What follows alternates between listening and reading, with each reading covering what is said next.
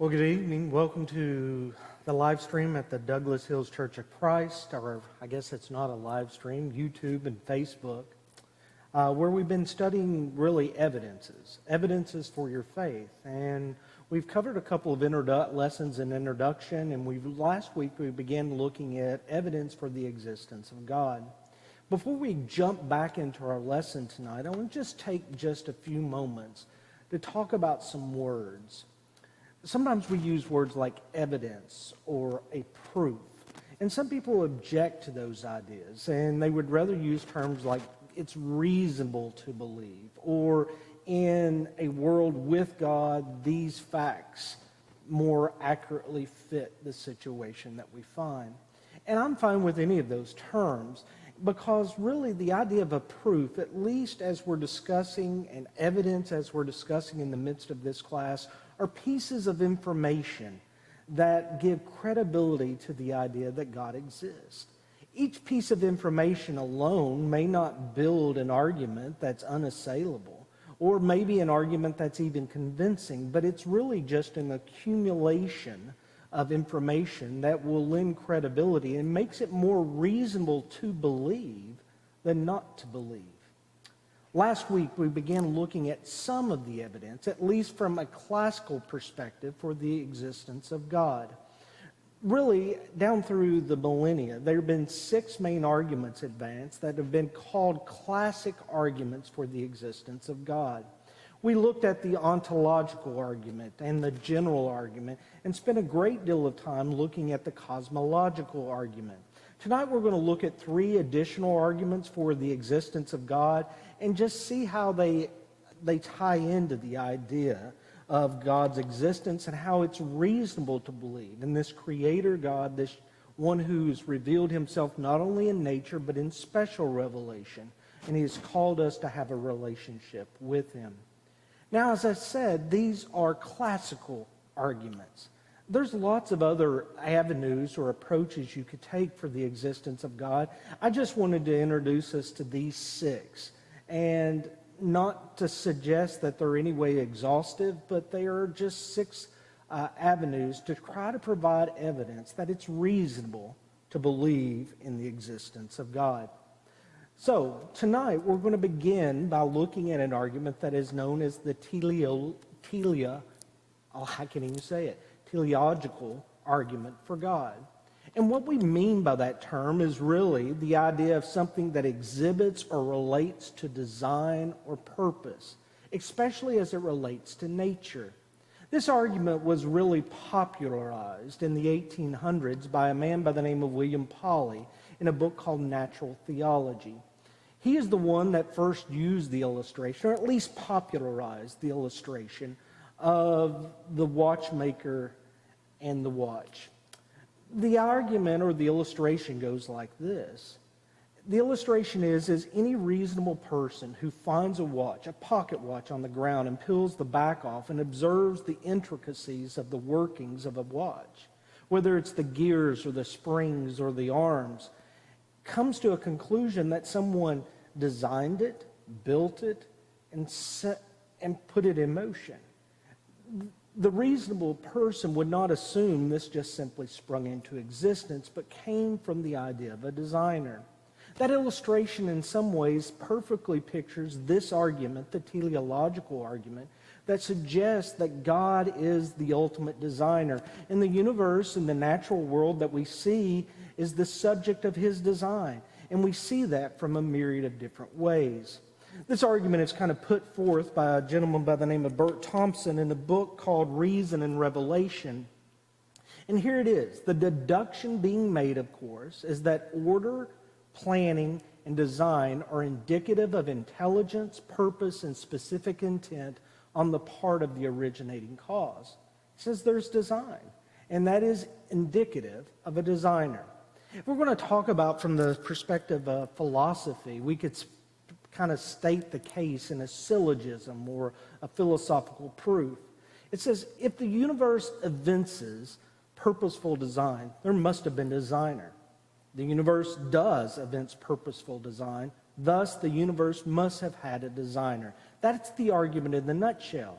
And So what we want to do is to try to examine just some bits of evidence to see if that argument is reasonable. If we can look at the universe, the natural order, and suggest that it is likely reasonable that there was a designer involved, and see if that points us back to the direction of God.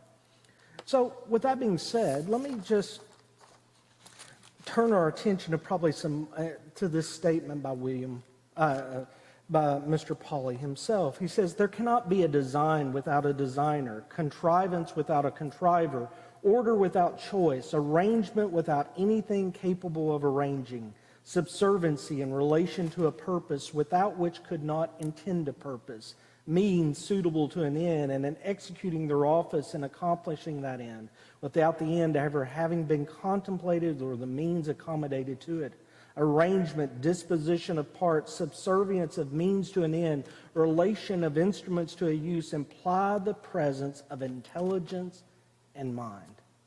I mean, really, if we wanted to sum that quote up, really what he's just simply arguing is from our own personal observation, from empirical evidence, from our own personal experience, we realize that things with intricacy, things with purpose, are all subject to a designer, one who formulated them, put them into motion. In our modern day, this type of argument was probably more accurately stated as the universe has been fine-tuned for life, or it's the Anthropic Argument. It's the idea that when we look at the natural order, we look at the universe, we look at our earth, the place that we live, and it is as if it was designed, it was fine-tuned to bear and sustain life and allow life to thrive. And the arguments are myriad for this type of reasoning because the fact is it is almost, as we'll look at in just a few minutes, almost seeming beyond the pale that life could exist in this vast cosmos. Just take, for example, some examples of this type of fine-tuning. Consider, if you will, really just the gravity here, the idea of a cell. He says if the nuclear force that holds protons and neutrons together as an atom has been stronger or weaker by as little as 5%, life would not be possible. Think about that just for a moment. Just by an increment of 5%, an atom would either disintegrate, would pull apart, and it would determine where life could exist or not. Look at the ideas of gravity. If gravity had been stronger or weaker by 1 in 1,040, life-sustaining stars, like the sun, could not exist. It's almost as if it's been fine-tuned to sustain life. Consider the sun and the positioning of the earth to the sun. The sun's interior temperature is estimated to be 20 million degrees Celsius. The earth, however, is located at exactly the correct distance from the sun to receive the proper amount of heat and radiation to sustain life as we know it. As the earth moves in its orbit around the sun, it departs from a straight line by only 1/9 of an inch every 18 miles. If it departed by 1/8 of an inch, we would come so close to the sun that we would be incinerated. If it departed by 1/10 of an inch, we would find ourselves so far removed from the sun that we would all freeze to death. Again, evidence of fine-tuning. Francis Crick, who is the co-discoverer of DNA and a Nobel Prize winner in 1962, puts it this way, and I want to give evidence. Francis Crick is basically an agnostic at most. He is not a theist, a believer in God. And here's what he said. An honest man armed with all the knowledge available to us now could only state that in some sense, the origin of life appears at the moment to be almost a miracle. So many are the conditions which would have to have been satisfied to get it going. Do you understand what he's saying?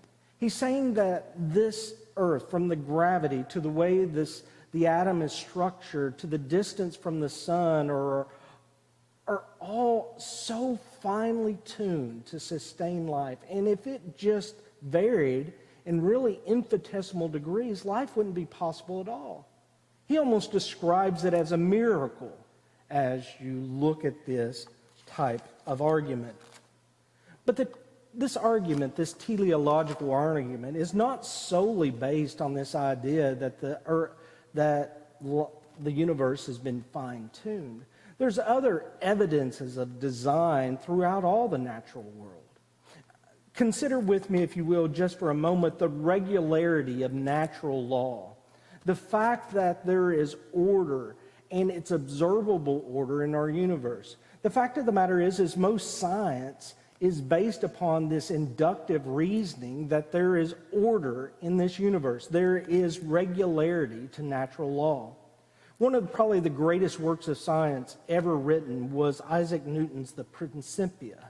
And it is all based upon mathematical principles that he could observe from the universe.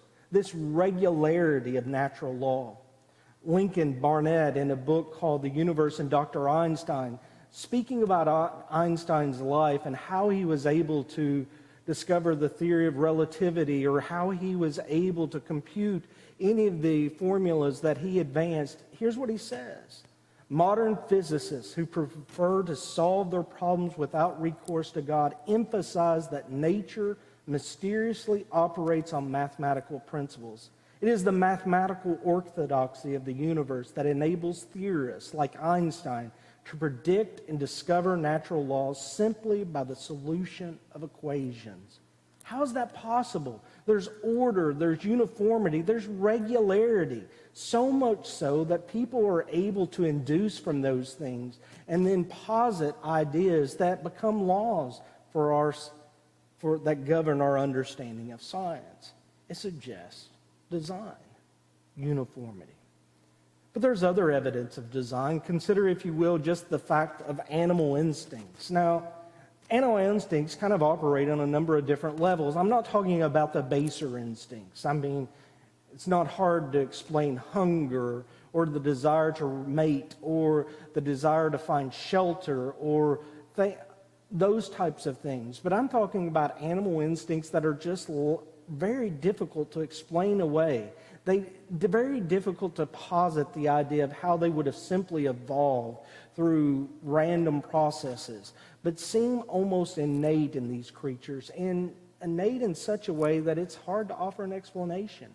Maybe one of the simplest is we think about the idea of salmon. That salmon, they're spawned, they're laid as eggs, they grow to pupae, they then leave the rivers where they were born, and they go out to the ocean, and they spend anywhere from 3 to 4 years, and then some innate sense, ability guides them back to their very place of birth. That's almost amazing. I get lost going around the corners sometimes.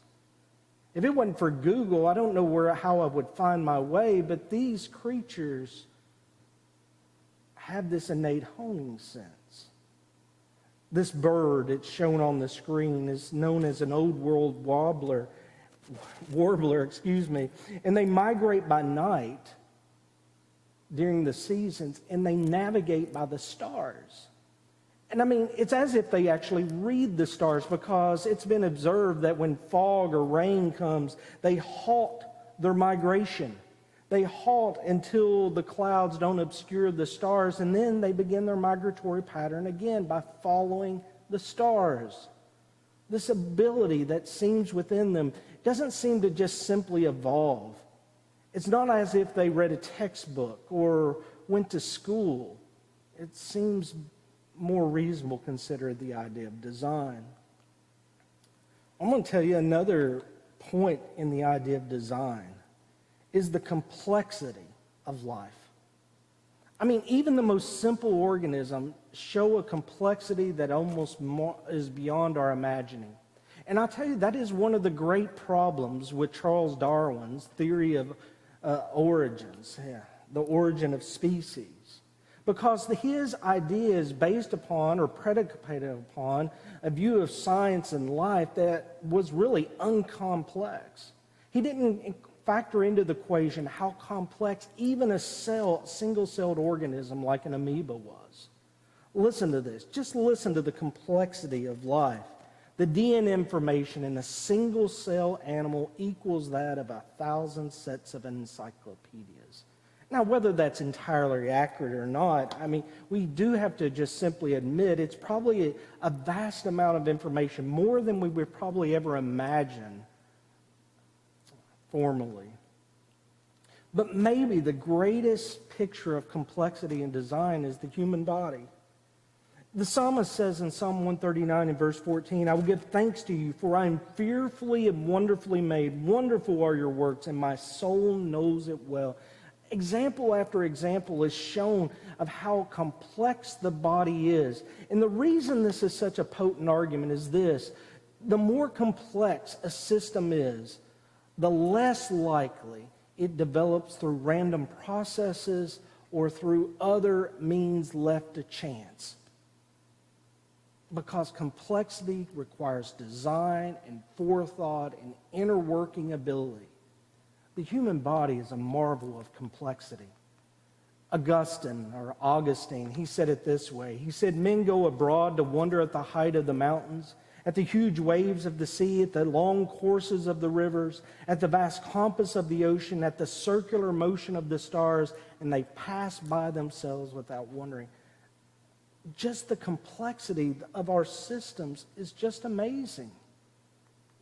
The human body, it says, has 100 trillion cells, and all the cells in the human body lined up side by side will encircle the earth 200 times.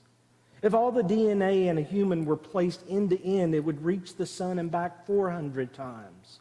The human eye can handle 1.5 million simultaneous messages.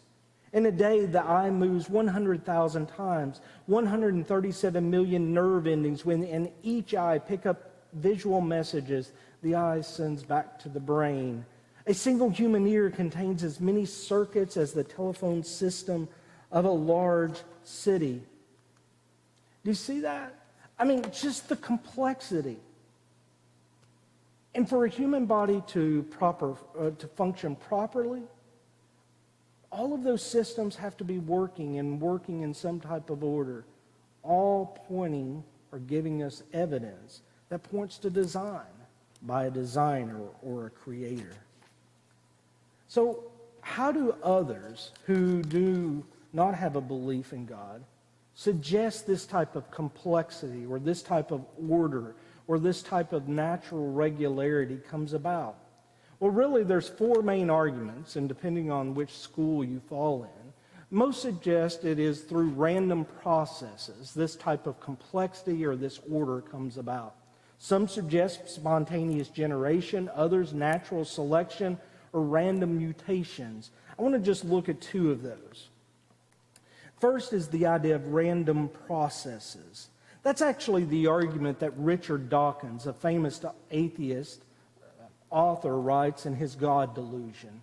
He says, based upon the trillions of universes, the odds had to work in our favor sometime. That's basically his argument.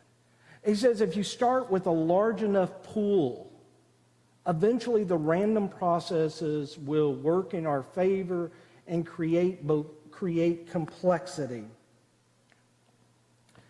Now, to kind of help us to understand that, and to help us put that in perspective, I'd like you to consider this idea of a Rubik's Cube. This was developed in 1974, and I don't know however many of you ever had one of these, and then however many of you had one of these, how many actually solved it, or solved it correctly. And I'm not talking about peeling the stickers off or popping the cubes out of the central portion of the cube to pretend like you solved it, but how many of you solved it? Well, that's kind of really like random processes. Just imagine that somehow it solved itself. There's a quote by Sir Frederick Hoyle, who's an English astronomer at Cambridge, and here's the way he kind of articulated how the effectiveness of the argument regarding random processes. This is from Hoyle on Evolution in the Nature magazine in 1978.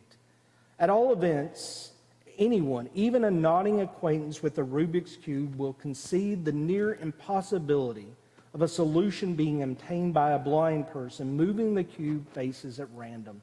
Now imagine 10 to the 50th power. That is a number 1 with 50 zeros after it. Blind people, each with a scrambled Rubik's Cube, and try to conceive of the chance of them all simultaneously arriving at the solved form.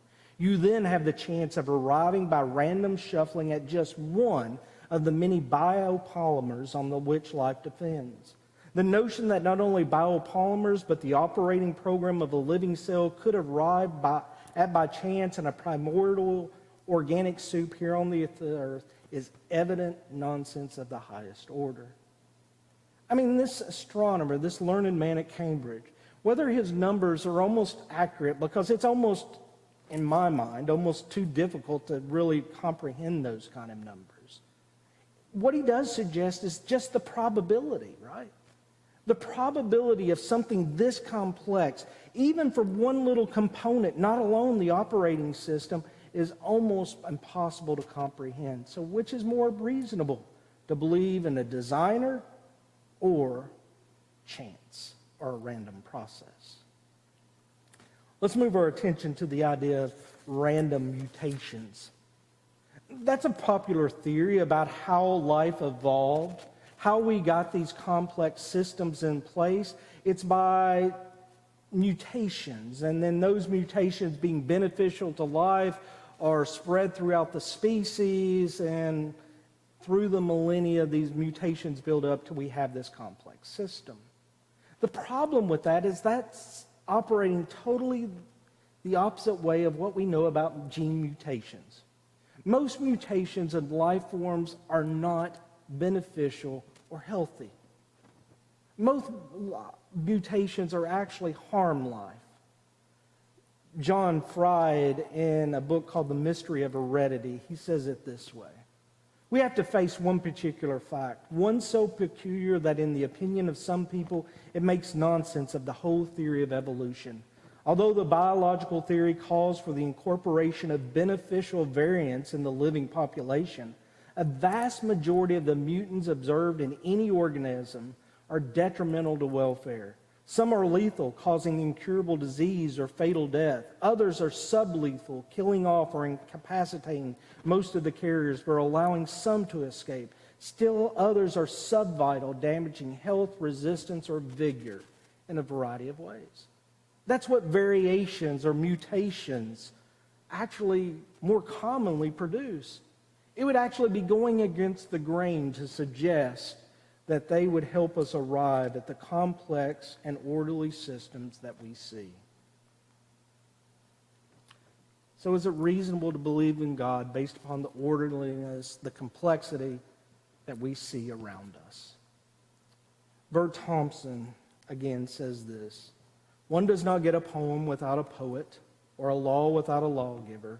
One does not get a painting without a painter, or a musical score without a composer.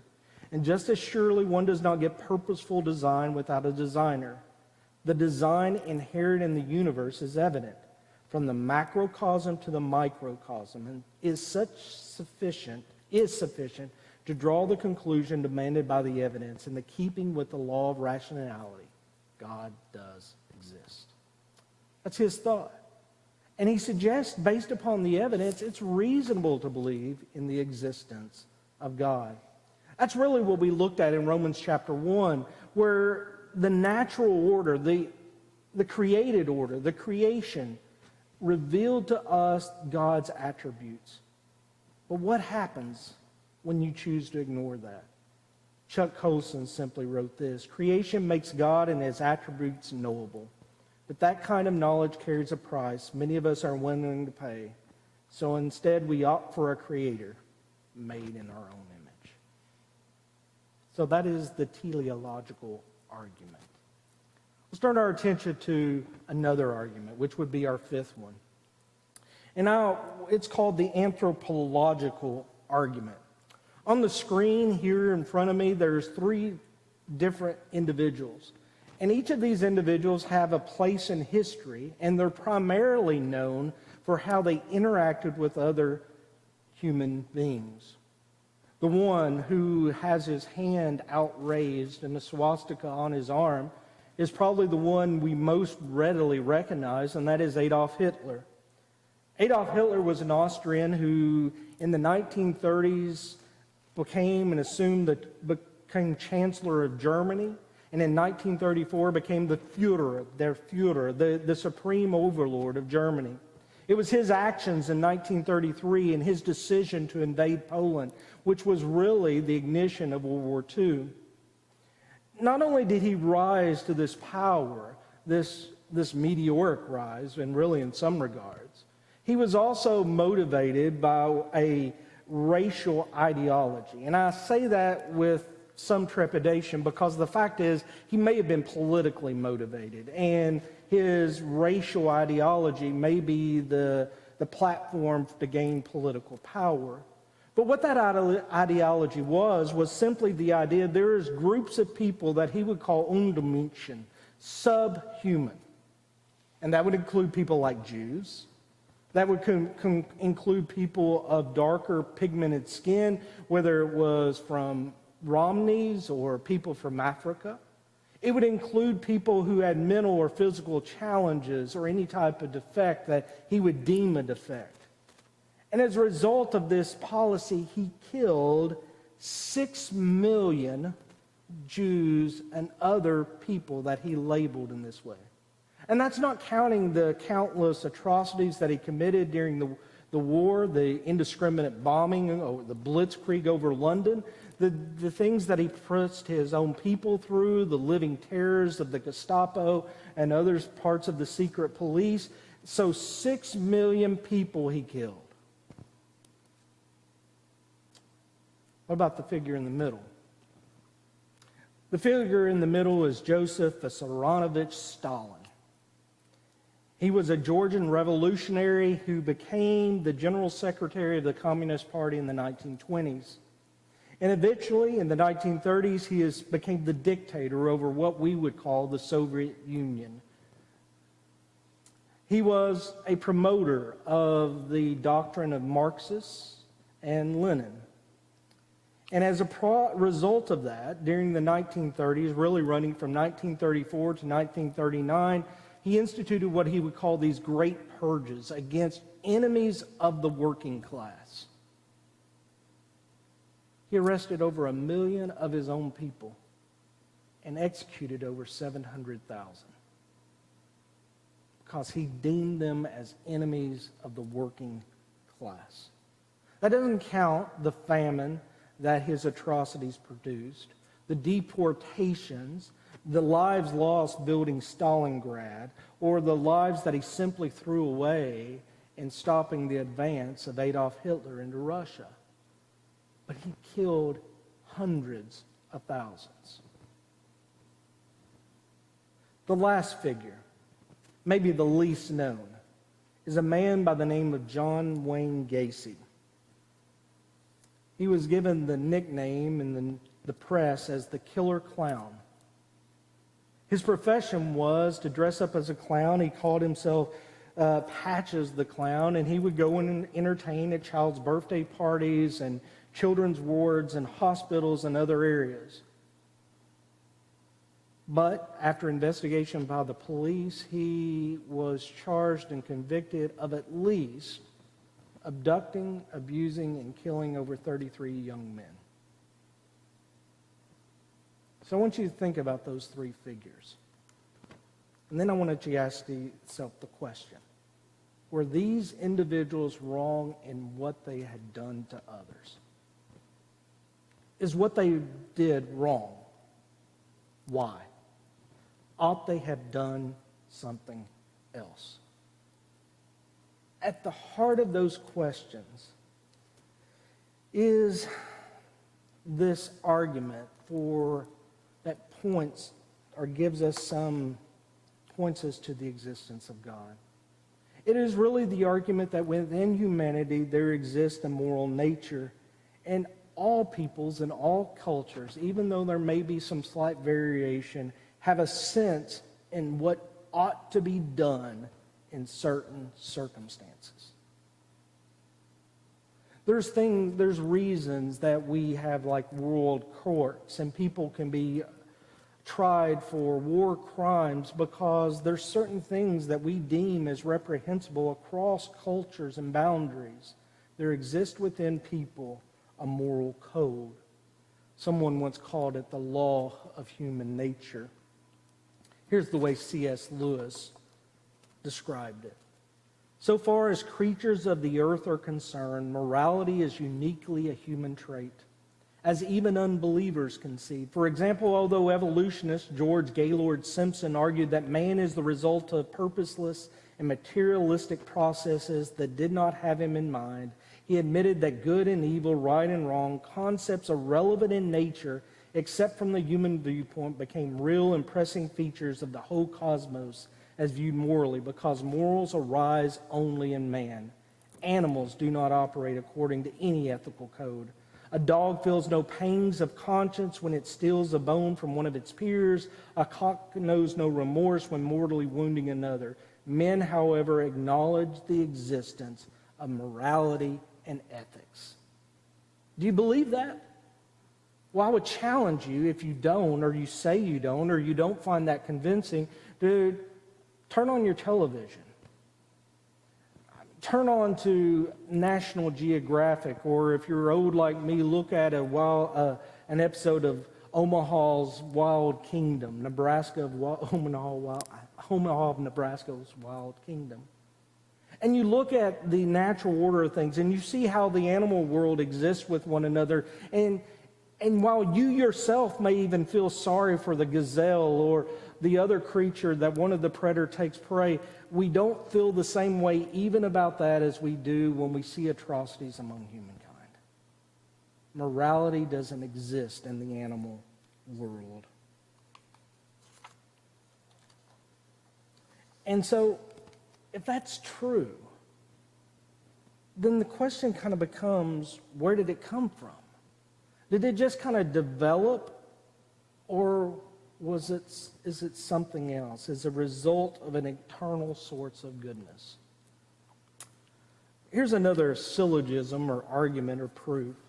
He said all people, and I put in quotes, reasonable and rational, because the fact of the matter is we know people, we've seen people who have their conscience seared, who ignore their own moral code, or sometimes are not reasonable and rational. But all people who are reasonable and rational people are conscious of an objective moral law.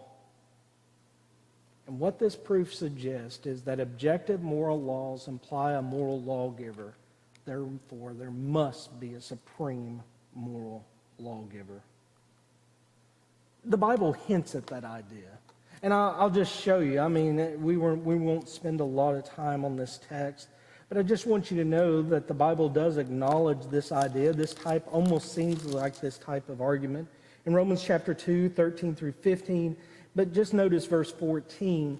For when Gentiles who do not have the law do instinctively the things of the law, these not having the law are a law to themselves, in that they show the work of the law written in their hearts, their conscience bearing witness, and their thoughts alternating, accusing or else defending them. Paul's making really an argument between the Jews who had a written, codified law versus the Gentiles who did not, but acted according to the dictates of the law. And he describes them acting in such a way as they ought to have done because it was written in their hearts. He talks about this since there exists a moral code.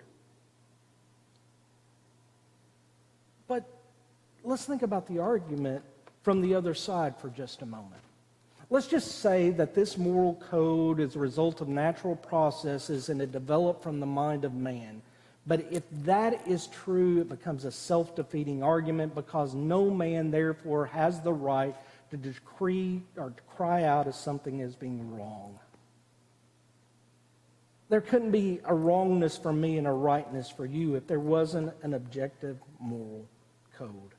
And therefore, the acts of Hitler or Stalin or anything else could not be deemed as evil. Richard Dawkins, as we noted before, he notes the conundrum this presents for him. He says, I'm not advocating a morality based on evolution. I'm saying how things have evolved. I'm not saying how we humans morally ought to behave. My own feeling is that a human society based simply on the gene's law of universal ruthless selfishness would be a very nasty society in which to live. But unfortunately, however much we may deplore something, it does not stop it from being true. And that is from his book, The Selfish Gene. So those are really the two options. So if we take morality, a universal morality, that it comes from one who gives us morals, an objective standard, what's kind of left for us? Well, there's really just two. One is hedonism. That is what forms our interactions with others. Hedonism is the idea, it's a doctrine of pleasure or happiness is the sole goal of life. Whatever brings me pleasure or happiness is what governs my behavior. But the problem with that is, what if my pleasure comes at your expense? That's not allowed in this code. What about utilitarianism? And that's really the idea that as long as it's good or useful, that's what's going to determine what we concede is right or wrong. But I'm going to tell you what the problem is that. You know what utilitarianism brings? Euthanasia, mandatory sterilization. That is the basis of a utilitarian type of viewpoint. That is the alternate argument for this idea of the law of human nature. And from those two really spring things like nihilism or relativism, situationalism or determinism. All things that say that moral truths are just really non-existent and are at the mercy of the individual. The plain fact of the matter is this: if there is no God, there is no such thing as evil. Surely it ought to be obvious to every thinking person that if there are no eternal consequences for one's action, then we are but brute beasts with absolutely no moral responsibility.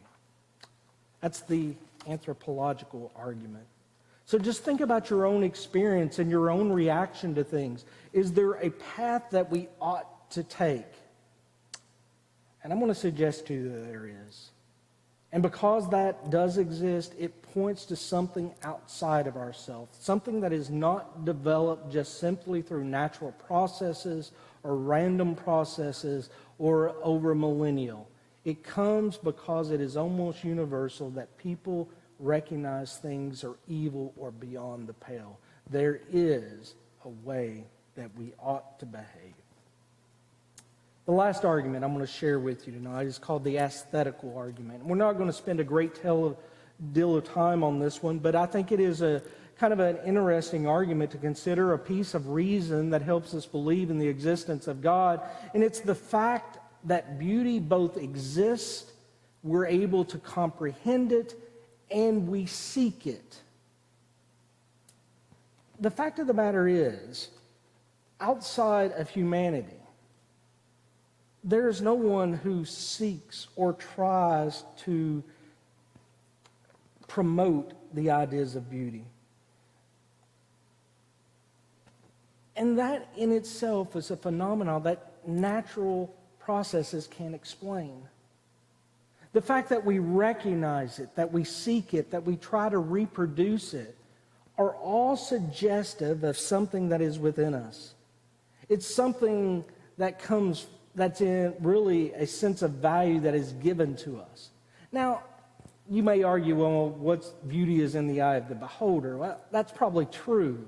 What I find beautiful may be different than you, but the fact of it is, we both find beauty in something. That's the point of this argument. This argument suggests that's not a result of a biochemical or a neurological process. It's something that exists in all of us. And that's so unlike the rest of creatures. We don't see lions just sitting watching the sunset. They may bask in the sun for its warmth. We don't see we see the animal world just stopping at beauty at a waterfall or observing a painting. That is uniquely human. Mortimer Adler just simply says this: only man decorates or adorns himself or his artifact and makes pictures or statues for the non-utilitarian purpose of enjoyment. And I tell you, this picture of what exists that we all can readily agree to fits better in a world with God than without God. The fact of the matter is, that is one of the great blows to evolutionists. Charles Darwin himself said this: some authors believe that many structures have been created for the sake of beauty, to delight man or the creator, for the sake of mere variety. Such doctrines, if true, would be absolutely fatal to my theory. And I tell you, that is one of the things that makes it reasonable to believe in God. That there are things that we can take joy from, that we find that are beautiful, and that we want to replicate in our own lives. And the Bible points to that idea. I mean, the idea of just one passage, Ecclesiastes 11 and verse 7, the light is pleasant. It's good for our eyes to see the sun. The fact that this beauty, we can appreciate it, and we can enjoy it, and we can just stop and marvel at it. It doesn't benefit us. It doesn't make us money. It doesn't put food on the table, unless you're an artist, I suppose. It doesn't do anything except just brings us pleasure. Just the contemplation of it. So much so that we want to replicate it. That doesn't seem really explainable through any other process except something coming outside of ourselves. The reality of God. Innate desires corresponding to real objects. So, that's what I wanted to present to you on the existence of God. As I said, that's not exhaustive. There's all kinds of other avenues to approach, to look at God's existence. There's all kinds of great books out there, sources for you to read for yourselves. I was reading one recently, someone loaned to me just to kind of glance over. Timothy Keller's The Reason for God. You could look at Ronald Nash's Faith and Reason or any other book. There's evidence out there for us to believe. It is not unreasonable for us to believe in the existence of God. It is not just something that we grasp onto to help numb our minds to the realities of this world. It's not just something that we grasp at as if a straw, as if we're a dying man holding onto a branch. It is reasonable to believe in the existence of God. In some cases, it's really the only way that we can explain things that are around us, to know that there's a designer and a creator. And the evidence is abundant if we would just stop and consider it. And I hope this just maybe whets your appetite. Again, this is not exhaustive, but maybe just points us in that direction. The next time we come together, we're going to begin to kind of consider some evidence for the existence of Jesus of Nazareth, and the existence for him being the Son of God.